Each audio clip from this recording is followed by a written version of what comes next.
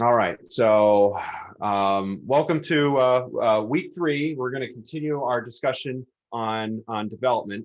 Our specific focus today is really going to be on milestones, okay? And when we talk about milestones, like physical milestones. Now, there are a lot of things that go in to looking at some of these milestones, and we want to detect these milestones. You're going to hear us use milestones throughout this course, and because they're little data points that we kind of place on what is normal development for children along the way. And once we get to adulthood, the milestones become a lot broader, but we have really short milestones, really small milestones throughout infancy and early childhood, because those are the most formidable years. Those are the years that development happens at a breakneck speed.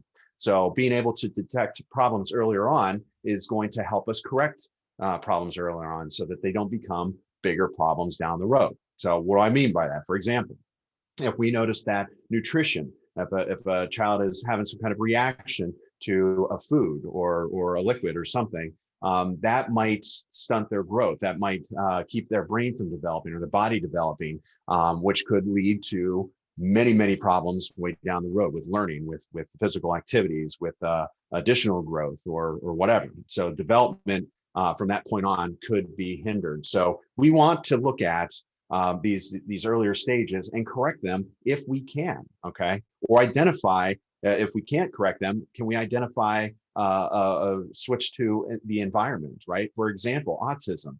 Autism, we'll talk a little bit more about that when we get into toddlerhood and early childhood, because autism, if we catch signs of autism a little earlier, we can start implementing certain systemic things within that child's environment to help them and guide them and help them learn, as opposed to them not learning. We see that all too often as children have some kind of developmental delay, or they're maybe on the spectrum somewhere, and the parents don't do anything about it. They treat the child as if the child is bad, which further complicates that issue. Now we're going to have trust issues. We're going to have we're going to have meltdowns and tantrums, and those all lead to further developmental things, issues. So anyway, these milestones we look at earlier on. So I'm going to share my screen here with you because I'm going to make some notes as I go along the way.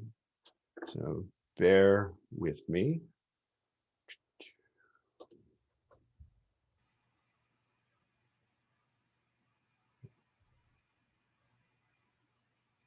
Oops.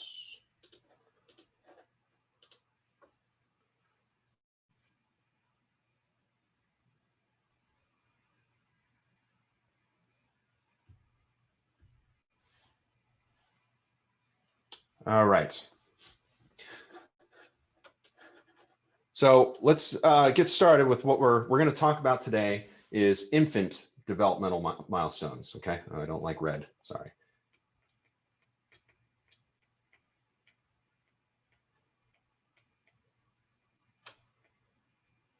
Is my screen sharing, by the way? It's not. I apologize. All right, can you see my screen? Yes. All right.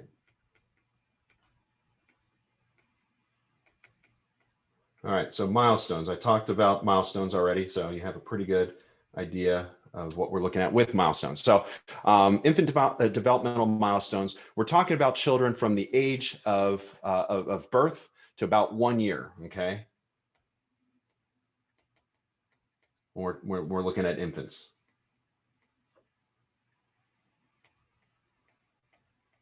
And we covered that last time that we talked. So when we're looking at this age group, we're studying these developmental milestones. There are specific categories that you want to know. For many of you are going to be nurses or practitioners. You're gonna be doing some of these exams. I think I introduced the idea of APGAR scale. Your book talks about it too. So for the infant, we're going to be looking at these, and you're going to need to remember, one of the things I like to use is the word babies. So kind of like an acronym here. So babies, so the B really stands for bodily changes. Oops, not D. So body changes, okay? All the body changes that are going to occur in the infant, you want to know for your exams or for these milestones. And then we have A, which is for achieving milestones.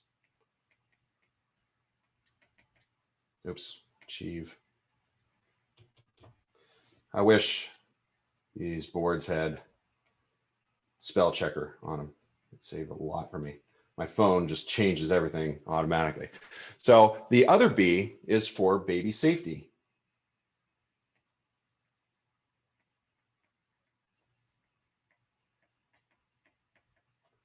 And the I is for interventions. We talked about that. You know, where can we possibly intervene to either fix it or change the environment so that that further developmental issues don't occur. E is for eating plan. Want to be aware of what the child is being fed, how they're being nurtured, right? And then, of course, the S is for social play, which is also going to be important. We're going to talk more about social and play and cognition next week as we get into developmental cognitive development. But for this week, we're just going to kind of just summarize what we're talking about when we want social stimulation. Okay, so actually, I'm going to put stimulation, social stimulation, because that's important as well. All right. All right. So let's talk about the first thing, which is body changes. Now, oops, change. So body changes.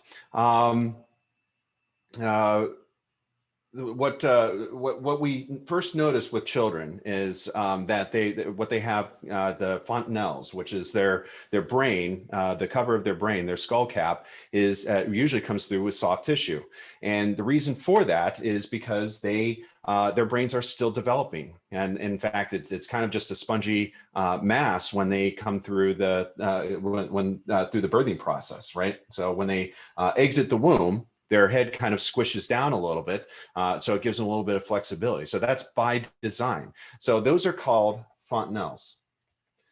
Now, it's important to be aware of these fontanelles because, so I'm just going to put soft, oops, skull cap. All right. So these fontanelles, they're going to close over time, and they have an anterior and a posterior fontanelle, so the front and the back of it. And if you feel on top of the baby's head, you can feel the areas that these fontanelles, they're really squishy and soft. And the anterior fontanelle, it closes right around 18 months. Okay. For the anterior. Fontanelle. Okay. And it just solidifies, it gets a little harder until it produces an actual hard skull cap, okay? And the posterior really closes around around 2 months of age. So there's a little bit of time difference here.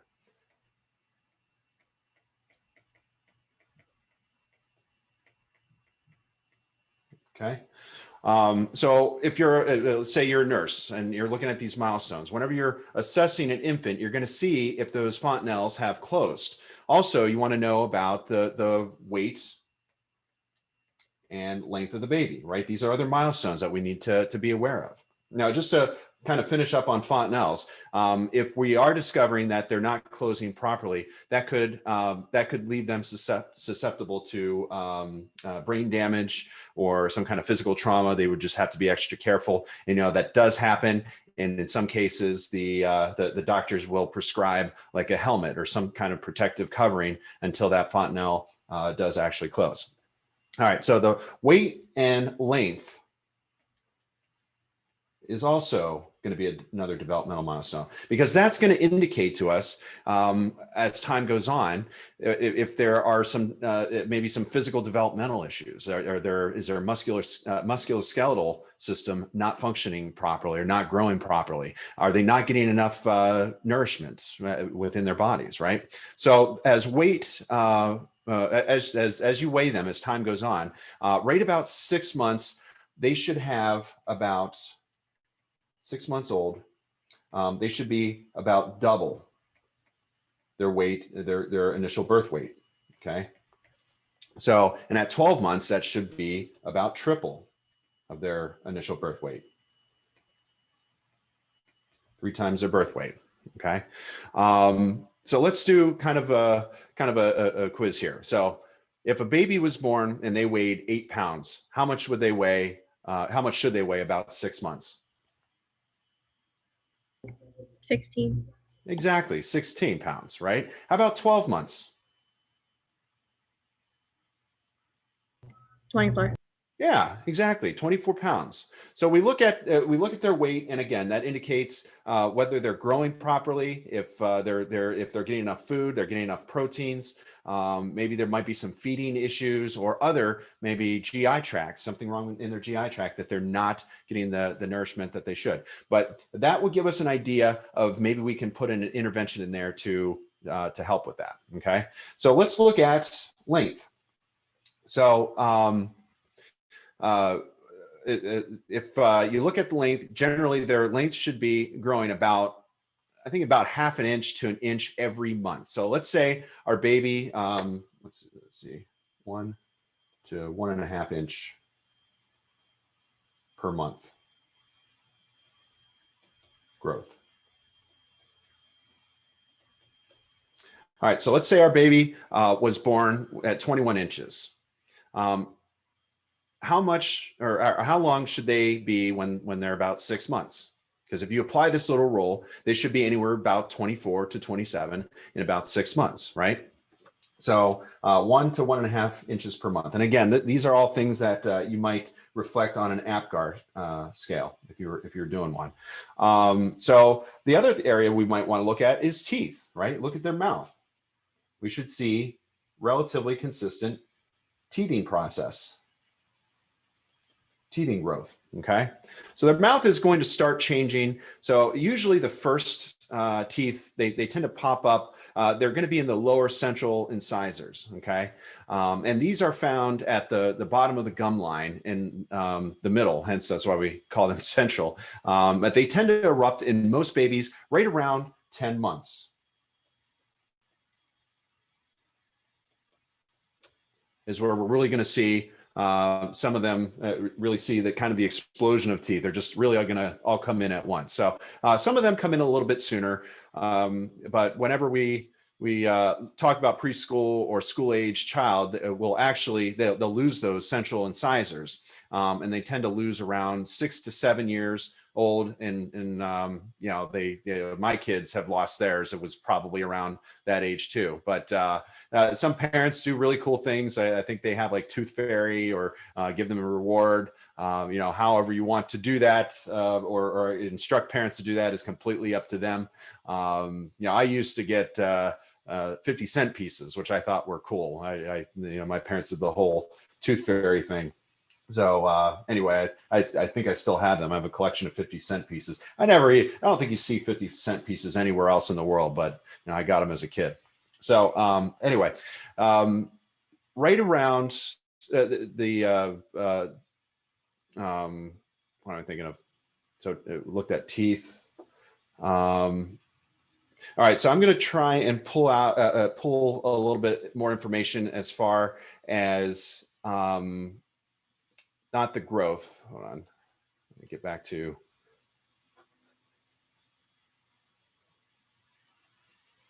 All right, so let me go back to my other screen here. So we looked at body. Let's look at achievement.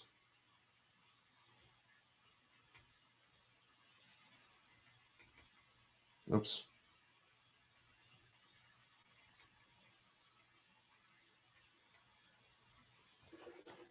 All right.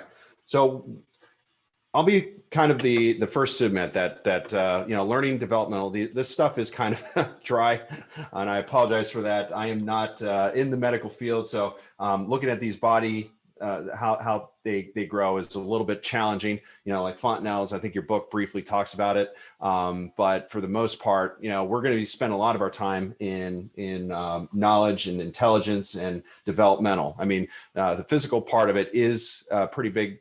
A part of it, especially with children, because it does tell us, how they're growing, how their minds are growing, how their bodies are growing, and if there are any issues that we have to address. Okay, so all right, go through my notes. Oops, achievements.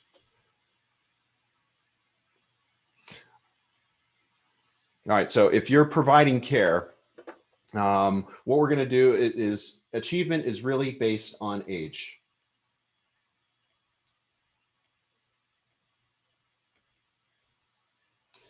So what do we mean by achievement? We could be looking at things like, are they sitting up? Do they have reflexes, right? So if you're a care provider, you're going to look at their age and ask yourself, okay, are they doing what they should be doing at this age? All right. So for example, at 2 months old, what would we be looking for? The baby should be doing these things if they're 4 months old, or should they be doing these things? And why they're really important for us to know is that if they're not doing these things, again, there might be some developmental issues that we need to consider. So right around 2 months, an infant should be doing the following. They should be moving their head independently. Okay. They should be. I have one question. Yep, go ahead. I have one question. Sure. Yeah, it's like achievements. It's like movement. For example, do kids how they holding spoon or? So yeah, also those are also achievements as well, and I'll get to those. Are they pincer clasp? We'll get to all that. But 2 months, what we're looking for is really their head moving side to side. They should at least be able to do that with their eyes to track people's face. Okay. Oops. Gosh, I don't know why. I know I didn't answer your question. I think you're asking when should they be able to grab things, right? Exactly. Yeah. I'm going to kind of just go through the list here and get to that. But yeah, but at 2 months, their eyes should be tracking. So as a caregiver or a parent is moving around the room, are their eyes following them? So their eyes should be looking at, and that's important because if they're not tracking with their eyes, that might be an indication of some kind of vision issues, right?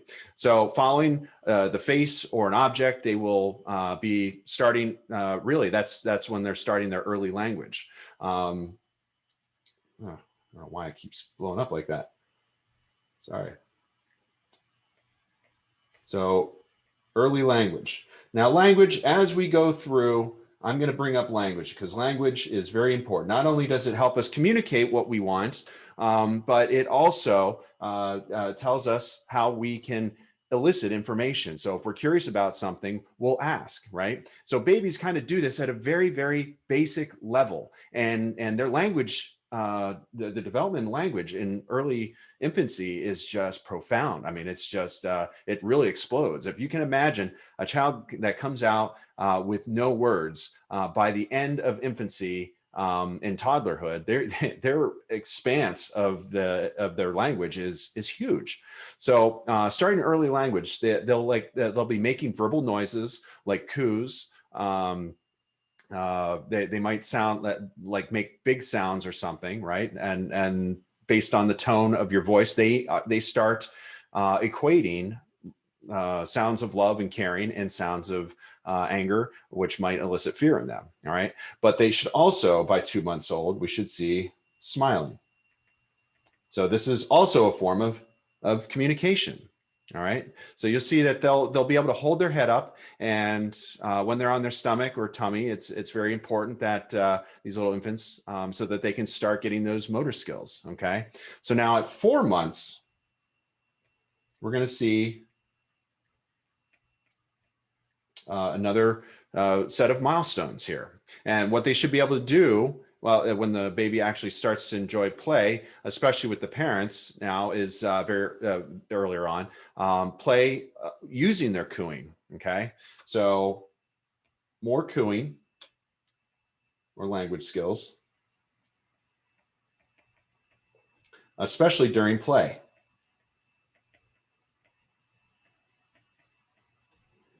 All right. Also, their cooing that they did over at 2 months is actually going to transition to almost babbling. Actually, I'm going to put that down. So a lot of cooing, a lot of babbling should start in here. This is where they start making babbling. When I talk about babbling, they're making movements with their mouth. All right, using their lips, using their tongue, and using their teeth to just kind of make sounds that they're trying to mimic. So they start copying noises that the parent makes, and they also might hold toys. You know, this is what you're talking about, where they start grabbing toys, they start feeling around for toys, and they might like the sound that it makes, like a rattle or something. That's a novel experience. So grabbing toys or noisemakers usually happens around 4 months. Okay. They start to reach for things. So when things start getting fun, they'll start to reach for stuff and have their the ability to start remembering faces. That's another one that happens at 4 months.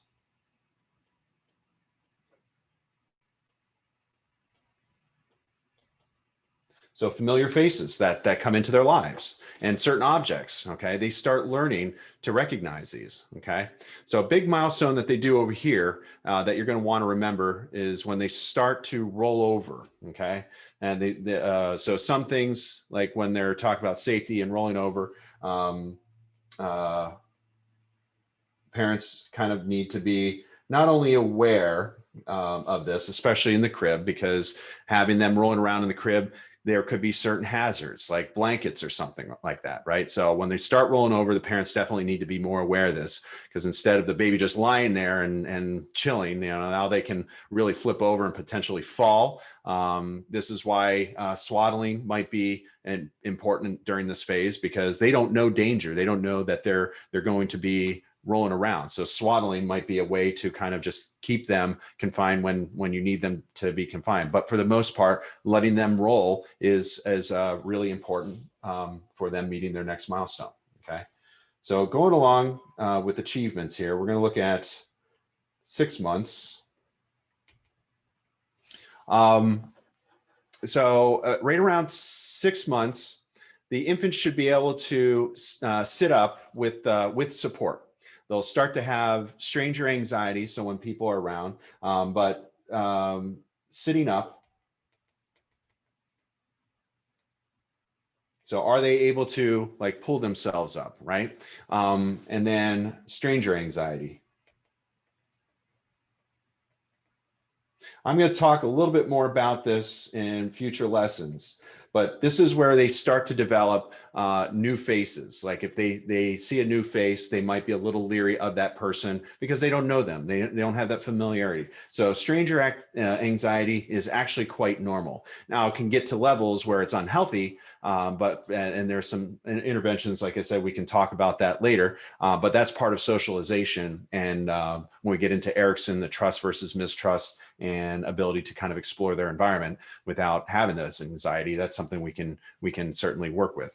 So when people come around that they're not familiar with, they'll display that in their face, and they may even cry and they don't want to go to the stranger. Okay. And also babbling that we saw before at 4 months,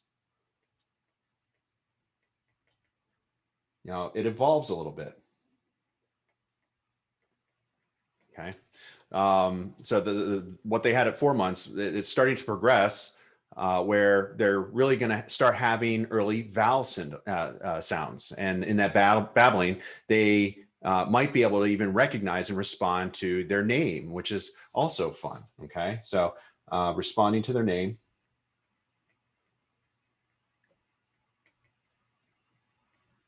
So name recognition. So if you say their name, they're going to probably turn their head and turn their eyes to see what's coming next. Maybe it's food or something.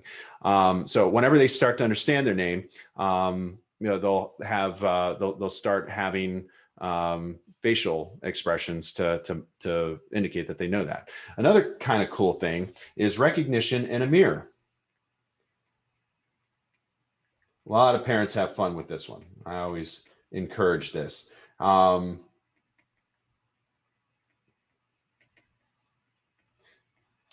them explore what their body looks like. You know, if they might look in a mirror and grip their hands and see it, or move their face or something. They're trying to, what they're doing is they're understanding at that point that their body is theirs, and how they're moving, they're seeing reflected in a mirror. So again, a lot of fun to do that, but it's really important. It's actually a milestone that we look at is about 6 months. Can they recognize what they look like, and that person in the mirror is them?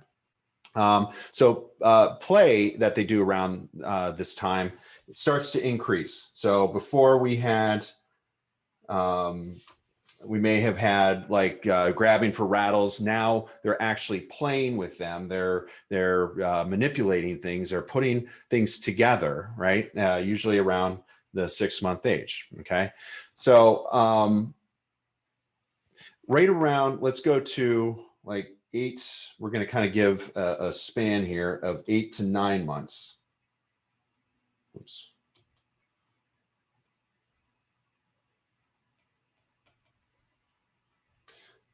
We're going to see better sitting skills, okay?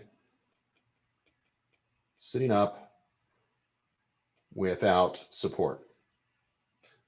So as their body develops, they're going to gain more muscles. Their skeletal system is going to be more intact, and the baby fat is going to start to turn into muscle.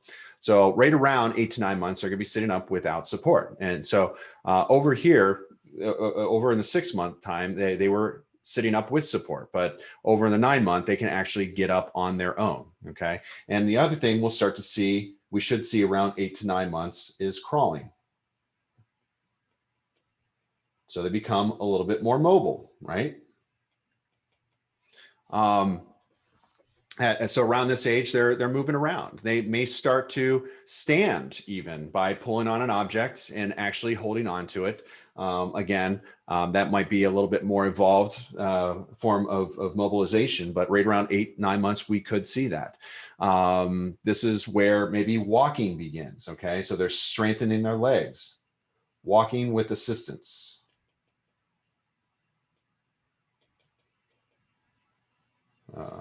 With support. Now, keep in mind, I know I'm kind of putting these age limits here. These are things that we could be seeing. Okay, if they happen early, great. If they happen later, caution. We may want to consider, what exactly is happening, and what we can do to intervene. But by and large, we should see better play. We should be more intricate play anyway. We should see them walking with support. We should definitely see them crawling and sitting without support. Okay. The other thing, and this is what one of you had mentioned earlier, is the pincer clasp.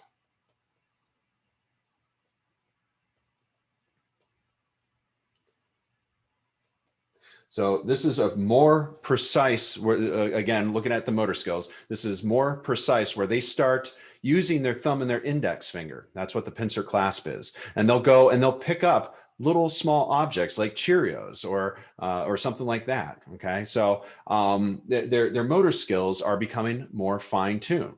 And you may also start to see them moving objects from hand to hand during this time. So they may be able to, if you give them a toy block or something, they can actually switch it from one hand to the other and start to have, and I'm going to talk about object permanence more in depth. But this is more of a cognition skill, a cognitive skill, where object permanence, where something might exist when it's taken away from your sight. Now, we all probably have played peekaboo with our siblings or somebody else's kids or even our own kids, right? So this is an example of object permanence. Infants are thrilled to see a new face sometimes, right? And when you do the peekaboo, you block your face. To you or to them, they think that you have just disappeared. You no longer exist. And then, of course, when you reappear, they're happy, and that's what gets them laughing. So, in a nutshell, that's what object permanence is. Finally,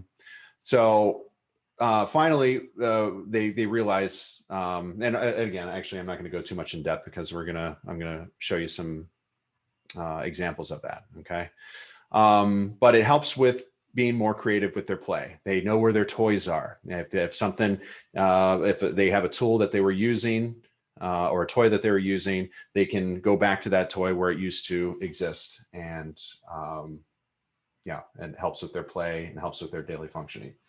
All right. Lastly, let's look at 10 to 12 months. So during the 10 to 12 months, we should really see the child up until their first birthday. We should begin to see them walk.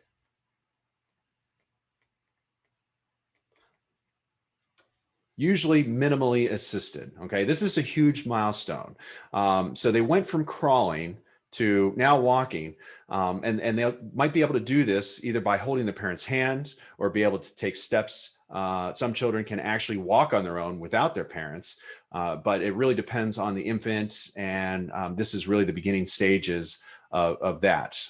They're not really masters at it, right? They're probably going to stumble around and bumble around and probably fall into things. You know, when my son was this age, he actually never really learned to walk. He maybe some of you can relate to this. He started running immediately, and I joke, right? He had an enormous head. He had this tiny body and this enormous head, so it was really not uncommon for him to get a running start into something. And of course, that all that weight up there, he just, he always had like bruises on his head because he was bumping into things.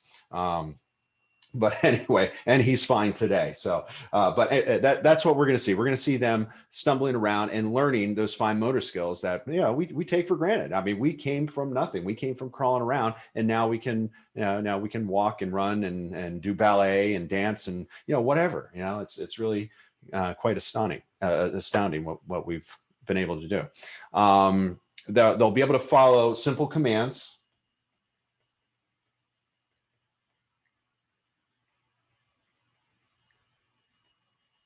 All right. So like if you tell them no, then they should know that they shouldn't be doing something. Okay. Also, if you tell them to wave bye-bye a lot, kids can, kind of master that skill and wave bye-bye. So very simple things. They should also be able to take objects and put them inside of a container. Okay. And they can take the objects and bang them together. Okay. So we're going to see a lot more dexterity. And being able to make noises as they wish, right? They're more manipulative in their environment. So notice as we progress with age, play has changed from liking what they look at in the mirrors from peekaboo, and now we're talking objects and putting them into containers and whatnot. So whenever you're looking on your APGAR, your exams, and asking, okay, do we have to maybe consider some kind of intervention for this child or institute some kind of play? We can probably make some pretty sound advice based on what we see. Okay. Sorry about that. All right. So one of the areas that we look at, all right, so we looked at achievement, we looked at body. The next B that we're going to look at is safety. Any questions so far? Does anybody have any questions?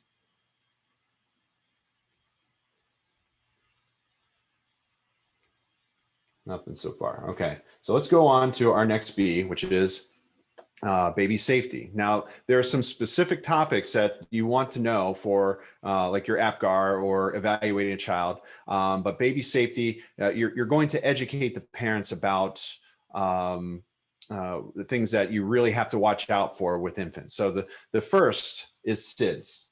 Your book talked about SIDS, sudden infant death syndrome. Oops.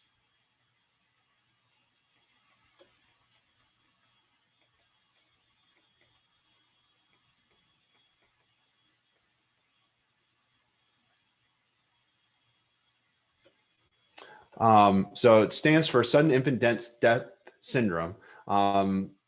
And now what this is it's where a healthy infant under the age of 1 dies usually in its sleep for some unexplained reason. They're not totally sure, but they know that if you do some preventative measures, that could help decrease the risk. So you want to teach the parents the following things, okay, to avoid SIDS. First one is best sleep position. Now, I can say that through my entire life, I've heard that this changes about every couple years as to what might be the best sleeping method. It used to be sleeping face down in case they had to vomit or something was the safest way. And then they found that that was not such a great idea. And then they put them on their side. So, but for the book says the best sleep position for an infant is really on their back, not on their sides, and definitely not on their tummies, but on their back. Okay. So sleep position on back, on its back. All right. The second thing you're going to want to educate them on is avoid smoking. Hopefully, the mother and father or caretakers or whatever have adopted not smoking. If they did smoke prior to pregnancy, hopefully they didn't continue through pregnancy. Now, that's in an ideal world. Chances are most people have a hard time fighting addiction, especially when their hormones are going through the roof through pregnancy, right? So avoid smoking around that infant because it can really irritate the respiratory system, which is still under development, right? So avoid smoking. The third thing that you're going to want to educate them about is removing extra items like blankets and toys. Now, some parents have a hard time understanding this because, you know, we want them, they're in a cage, right? They're in their crib. We want to give them fun things to do. So a lot of parents think that maybe putting toys and extra blankets might make them more comfortable. But in fact, it can smother the baby's face. These are objects that aren't really needed in there. So if you leave them in there, they're just going to be a higher risk to them. Also, the importance of not overdressing an infant when it sleeps, because we don't want them to get really hot and sweat. That could also increase the risk of SIDS. So I'm actually going to list that. So don't overdress.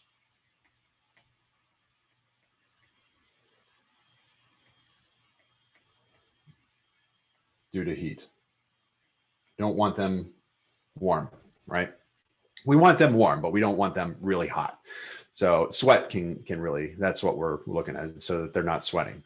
And lastly, the importance of making sure that the parents, the parent doesn't sleep in the same bed as the infant. They can sleep in the same room if they want, but independent sleeping should be promoted. Now, I know this really is a hot topic. It's a hot button item, dependent, because a lot of parents probably contest that. They want to sleep with their baby in their same bed for the first few months. You know, so that might be a challenging thing to talk to them about, because codependent sleeping, there have been some studies that show that it is really more of a nurturing thing. In some cultures, it's really acceptable, not acceptable, but encouraged. But for the most part, I think for the purpose of the book, it says they should be independently sleeping. And if the parents want to sleep in the same room as them, like with a bassinet or something, that would be okay, right? All right, so the next topic you're going to want to educate the parent about is shaken baby syndrome.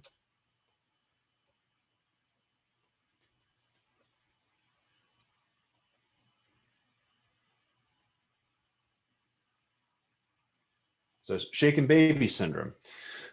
This is a syndrome where you want to really stress to the parent that they never want to shake a baby, because a baby's brain is very fragile, right, inside of their skull. And if the baby is shaken, that brain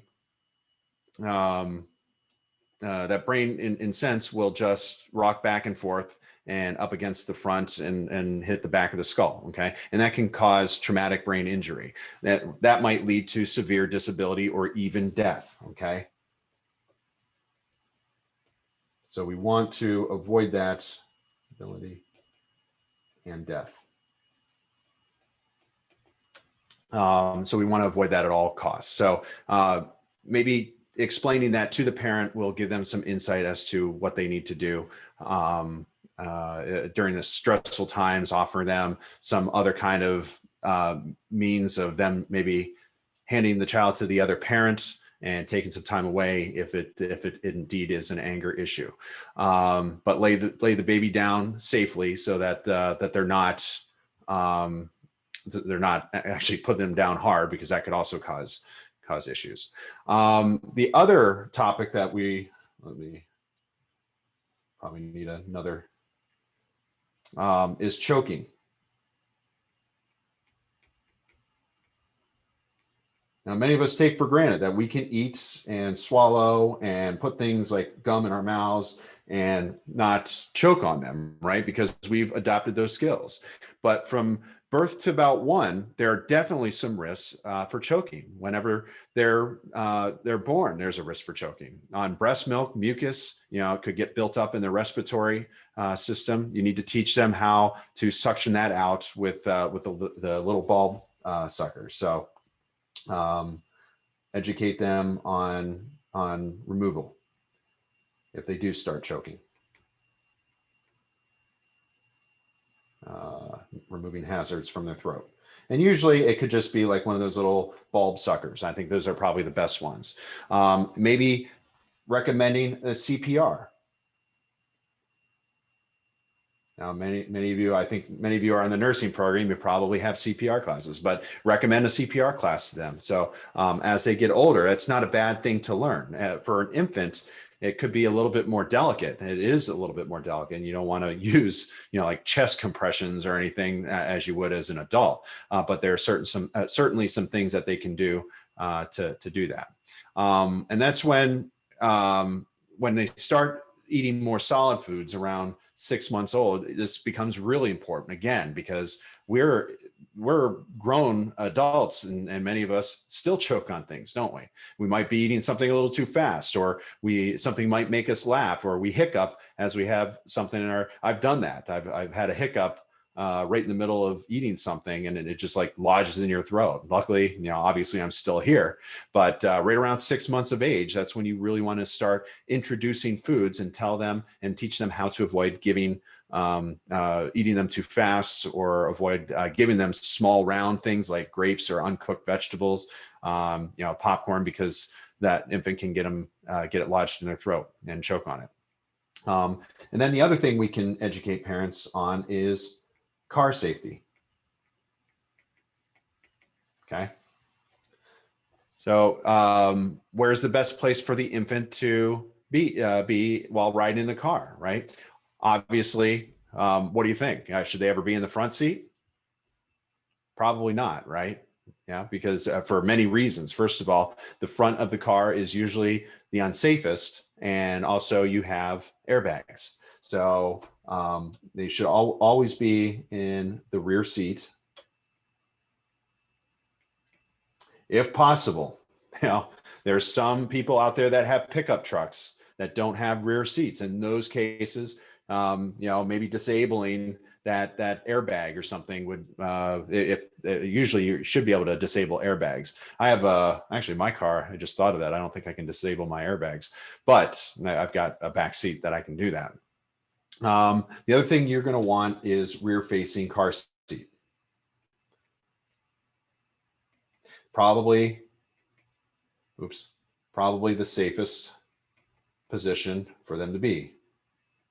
Rear facing seat. Okay. So they're going to, in a sense, they're really riding backwards in the car. And that's really where you want them, because you don't want them to be in the front. You don't want them to be forward facing, because that comes a little bit later. But the big issue that parents have is spending the money on some of these car seats. There are a lot of programs out there that help parents with affordable car seats. They don't have to be, I think, the Graco Deluxe version with the mobile on it or anything like that. They can get basic car seats. And if you direct them to like women, infant, and children, sometimes they have coupons or vouchers for them to get car seats, right? So other issues are maybe just things around the house, right? Oops, actually, household safety.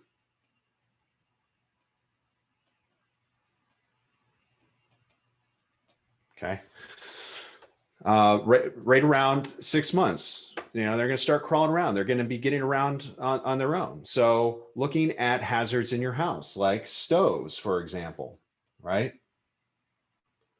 Making sure that the stove is out of reach, or if the oven's on, that they're not able to burn themselves, right?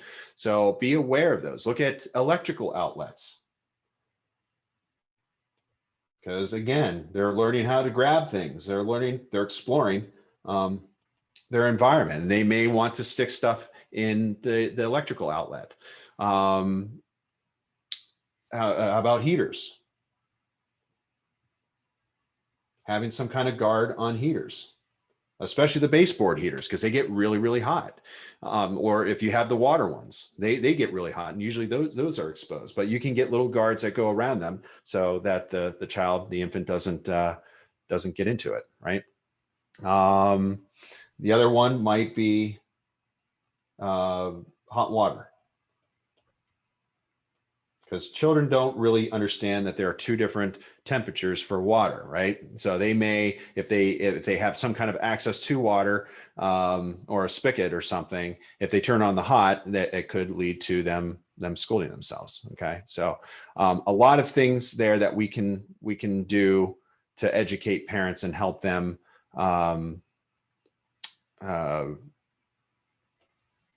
be a little bit more safer with that. Okay.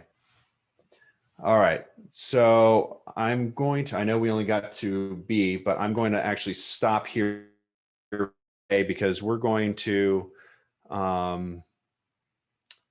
cover some of this stuff next week when we get into cognition, especially when we look at, let's see, what do I have left?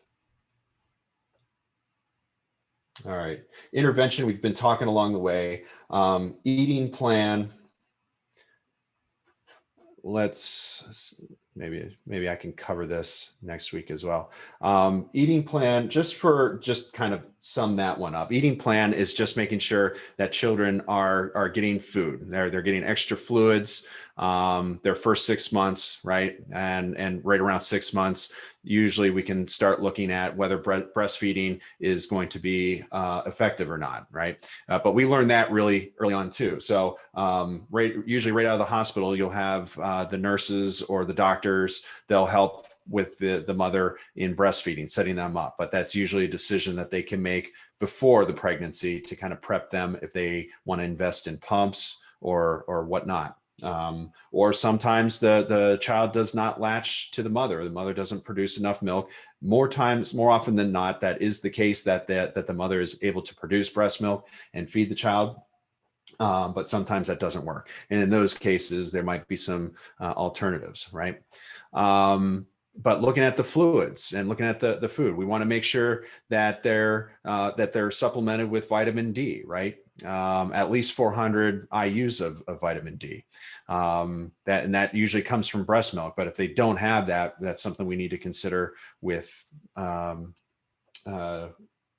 that. And as like I said, right around 6 months, we can start looking at like Cheerios, things that melt in their mouth that might have a little bit more grain. And usually right around 12 months is when we can look at swapping out breast milk or formula with more cow's milk. Okay. All right. But the important thing to remember with that is making sure that that obesity, that we're not setting the stage for obesity, which might carry on later in life. So making good nutrition decisions earlier on not only helps the parent, but helps the child to deal with obesity or diabetes later on in their life. Okay. So really that's all I wanted to cover with eating plan. And social stimulation, I'm going to really bring up in the next part of this lesson. So I'm not going to really go too in depth with it today. Does anybody have any questions? Okay, Elizabeth, thank you for sharing that. I'm sorry to hear that. You said you had a family member. Okay. Yeah, that's really sad. So these things do happen, unfortunately. We do see safety issues. We see children and parents that may not have the knowledge that they need to prevent such things, right? So that's what your jobs are out there as not only educators, but as people in the medical field to or social work to help parents understand these dangers and what they can do to eliminate these dangers, or at least reduce them significantly, because most infant deaths can be prevented and should be. Okay, so very important that we keep that in mind. All right, any questions or anybody have any comments?